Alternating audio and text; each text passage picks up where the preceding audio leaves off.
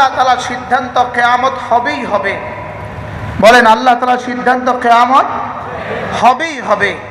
এর সপক্ষে রব্বে কারীম 11 আয়াতে 9খানা দলিল পেশ করেছেন।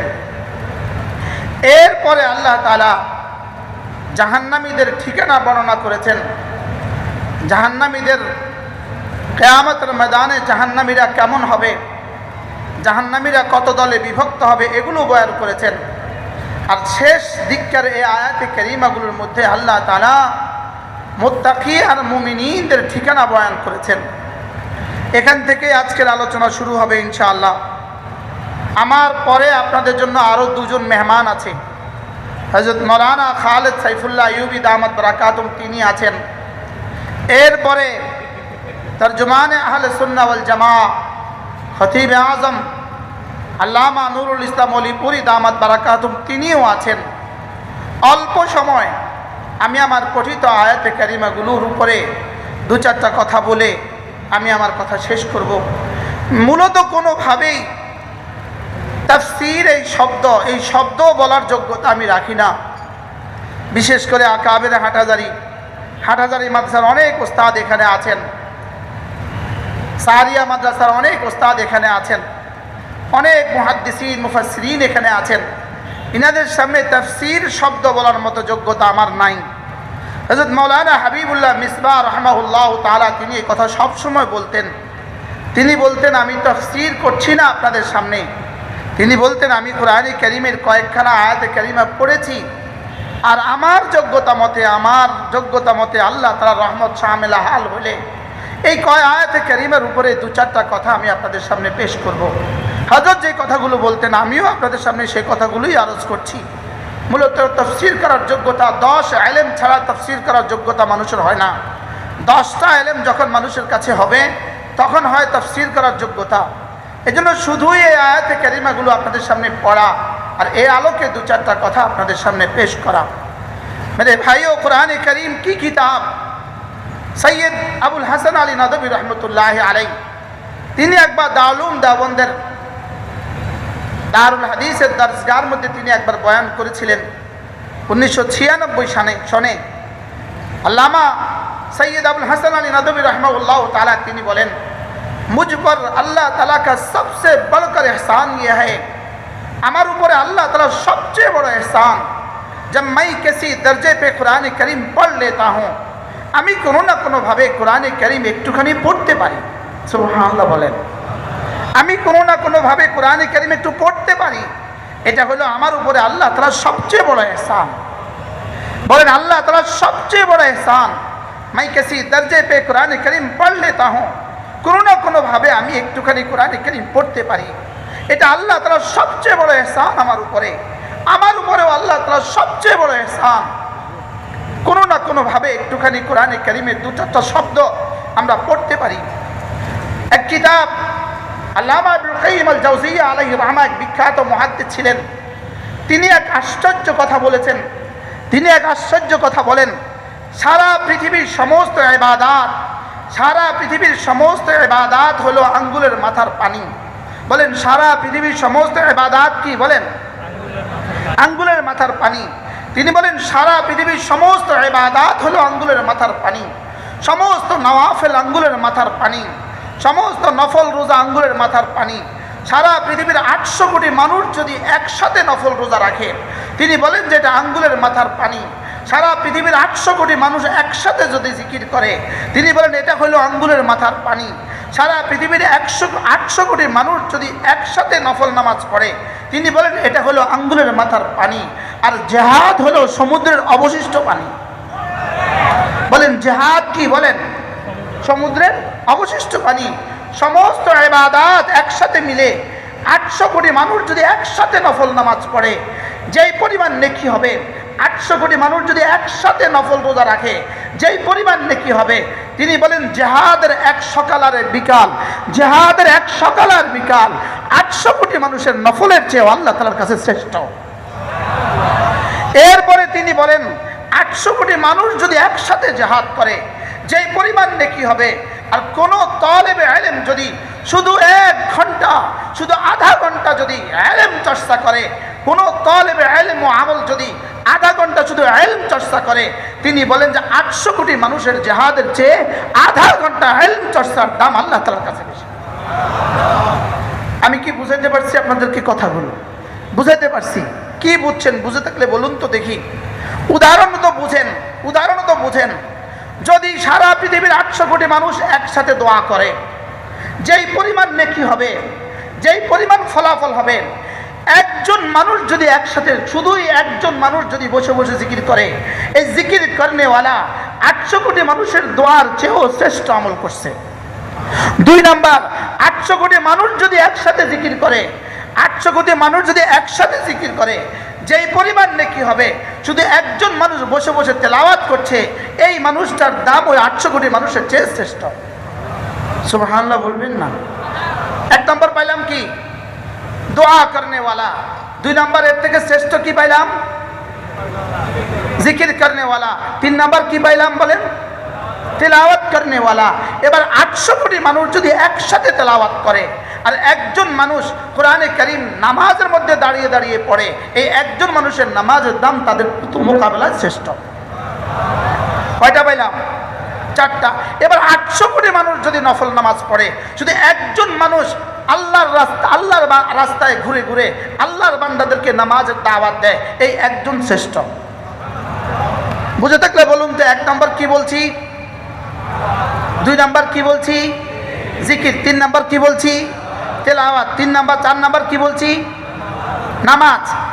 এবার 5 নম্বর কি বলছি? দাওয়াত। 5 নম্বর কি বলছি বলেন? দাওয়াত। এবার 800 কোটি মানুষ যদি দাওয়াত দেয়, যেই পরিমাণ শ্রেষ্ঠ হবে, একজন মুসলমান যদি আল্লাহর রাস্তায় জিহাদ করে, এই একজন মুসলমান শ্রেষ্ঠ। এবার 800 কোটি মানুষ যদি একসাথে জিহাদ করে, যেই পরিমাণ দাম হবে, আমাদের এক বাচ্চা যে কোরআনে কারীমের তরজমা শেখার জন্য, যে কোরআনে কারীমের আহকাম শেখার জন্য, কোরআনে কারীমের মাসাইল শেখার জন্য মিজান পড়ে, এই মিজান পড়নেওয়ালার আধা ঘন্টা 800 কোটি মানুষের জিহাদের চেয়ে শ্রেষ্ঠ। এই কথাটা আমরা অনেকেই এখনো বুঝি নাই। আমাদের কিন্তু এখনো কি হয় নাই, দিল সরে সদর হয় নাই। বিষয়টা কি সত্য বলছে না মিথ্যা বলছে, বিষয়টা কি বাস্তব বলছে না অবাস্তব বলছে, বিষয়টা কি আসলে হাকিকত না আসলে কি। 1 নম্বর দোয়া, দাম তো আছে না নাই? এর থেকে দামি আওয়াজ নাই, এর চেয়ে দামি জিকির, জিকিরের চেয়ে দামি নফল নামাজ, নফল জিকিরের চেয়ে দামি তেলাওয়াত, তেলাওয়াতের চেয়ে দামি নফল নামাজ, এবার নফল নামাজের চেয়ে দামি দাওয়াত, এবার দাওয়াতের চেয়ে দামি জিহাদ, এবার জিহাদের চেয়ে দামি তলাবুল ইলম। সুবহানাল্লাহ বলবেন না? আমার বুঝে আসছে না আমাদের স্টেজের সাথীদের সরে সদর হয়েছে কিনা? আপনাদের কি বিষয়টা সরে সদর হয়েছে বলেন? সবার কি বুঝে আসছে বিষয়টা? না, বুঝে আসে নাই। কেন বুঝে আসবে না? ইয়ারফাইল্লাহুল্লাযীনা আমানু মিনকুম, ইয়ারফাইল্লাহুল্লাযীনা আমানু মিনকুম। সারা পৃথিবীর সমস্ত মানুষ যদি কাফের হয়, একজন যদি কালিমাওয়ালা হয়, তার দাম বেশি না কম? কত গুণ বেশি? কি 800 কোটি মানুষ যদি মুআযাল্লাহ বেঈমান হয়, শুধু একজন আছে কালিমাওয়ালা, তো তার দাম কত গুণ বেশি? জোরে বলে না। 800 কোটি মানুষের তুলনায় বেশি না কম? এবার 800 কোটি মানুষের যদি কালেমাওয়ালা হয়, এবার যদি একজন সব কালেমাওয়ালা লেকিন কেউ দোয়া করে না, এবার একজন বসে বসে দোয়া করছে, এই দোয়া করনেওয়ালার দাম বেশি। এরপরে খেয়াল করেন, শুধু 3টে দলিল পেশ করে শেষ করে দিব। ইয়ারফাইল্লাহুল্লাযীনা আমানু মিনকুম, সারা দুনিয়ার যত মানুষ আছে সবচেয়ে বেশি দামি কে? কালেমাওয়ালা। কে দামি বলেন? কালিমাওয়ালা। এবার সারা দুনিয়ার সমস্ত কালিমাওয়ালার মোকাবেলায় রব্বুল আলামিন বলেন, ফাদ্দালাল্লাহুল মুজাহিদিন আলাল কাঈদিনা দারাজা, ফাদ্দালাল্লাহুল মুজাহিদিন আলাল কাঈদিনা দারাজা। আল্লাহ তাআলা বলেন, সারা দুনিয়ায় যত দোয়া করনেওয়ালা আছে, সারা দুনিয়ায় যত জিকির করনেওয়ালা আছে, সারা দুনিয়ায় যত তেলাওয়াত করনেওয়ালা আছে, সারা দুনিয়ায় যত নামাজ পড়নেওয়ালা আছে, সকলের মোকাবেলায় ফাদ্দালাল্লাহুল মুজাহিদিন আলাল কাঈদিনা দারাজা, আমি না জিহাদ করনেওয়ালার দাম এদের মোকাবেলায় দারাজাতান বাড়িয়ে দিয়েছি। এদের মোকাবেলায় কি বাড়িয়েছি বলেন?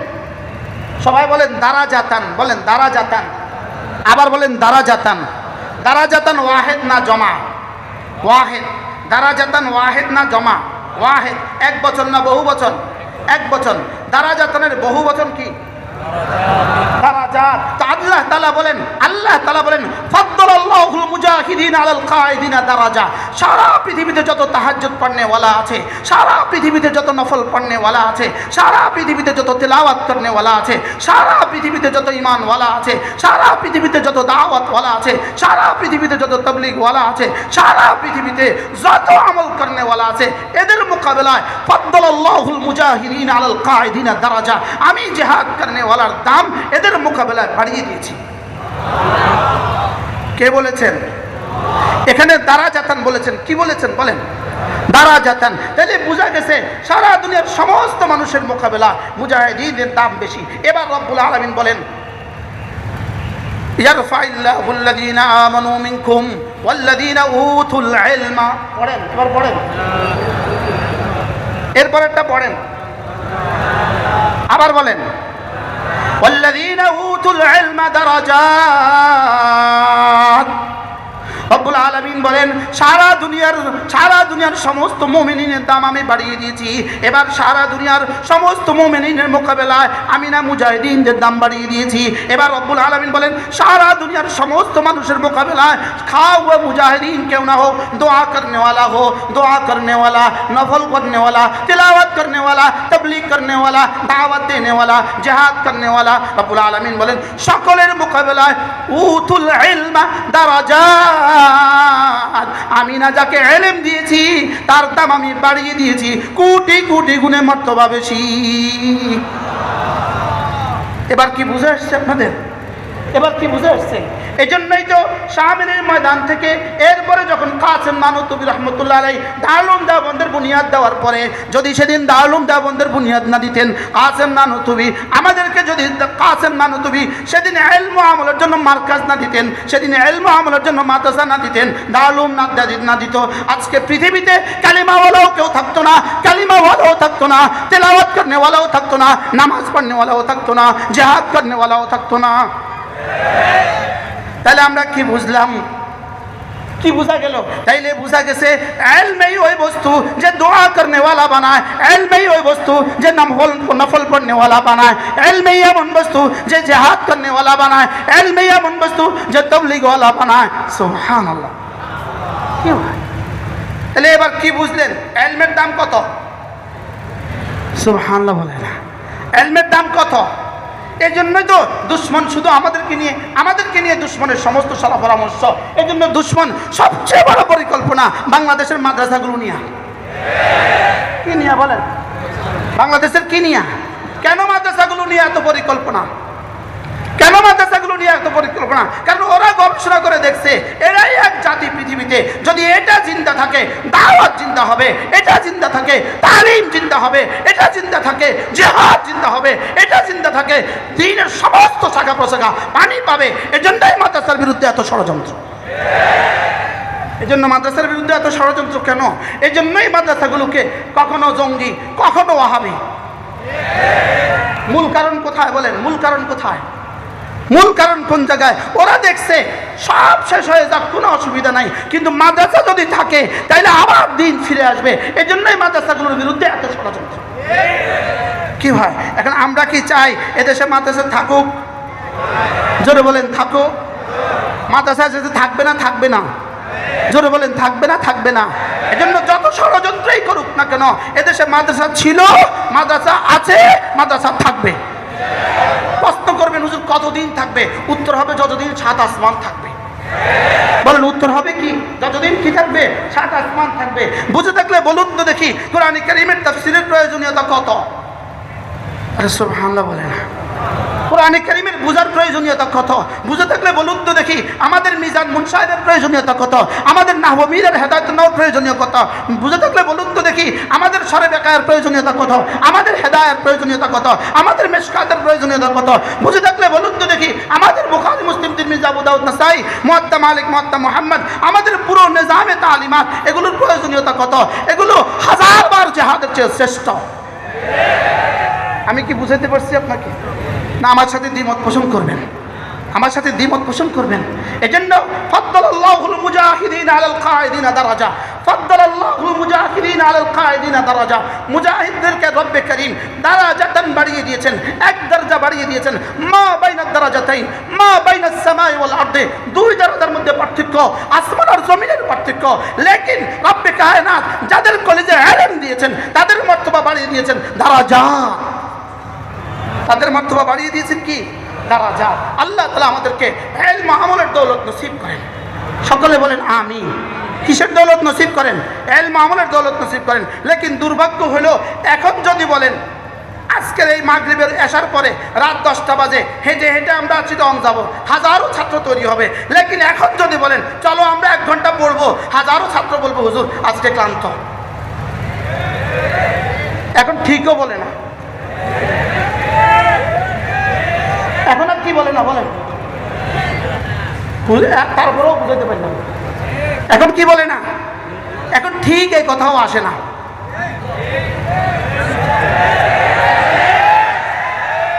এখন যদি গিয়ে বলে 1 ঘন্টা পড়বো তো কি বলবে বলেন?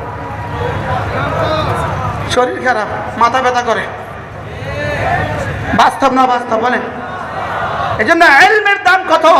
সারা দুনিয়ার সমস্ত ইবাদতকে এক পাল্লায় দিয়ে দাও, সারা দুনিয়ার সমস্ত দাওয়াতকে এক পাল্লায় দিয়ে দাও, সারা দুনিয়ার সমস্ত তাবলীগকে এক পাল্লা দিয়ে দাও, সারা দুনিয়ার সমস্ত জিহাদকে এক পাল্লা দিয়ে দাও, ইলমের পাল্লা ভারী।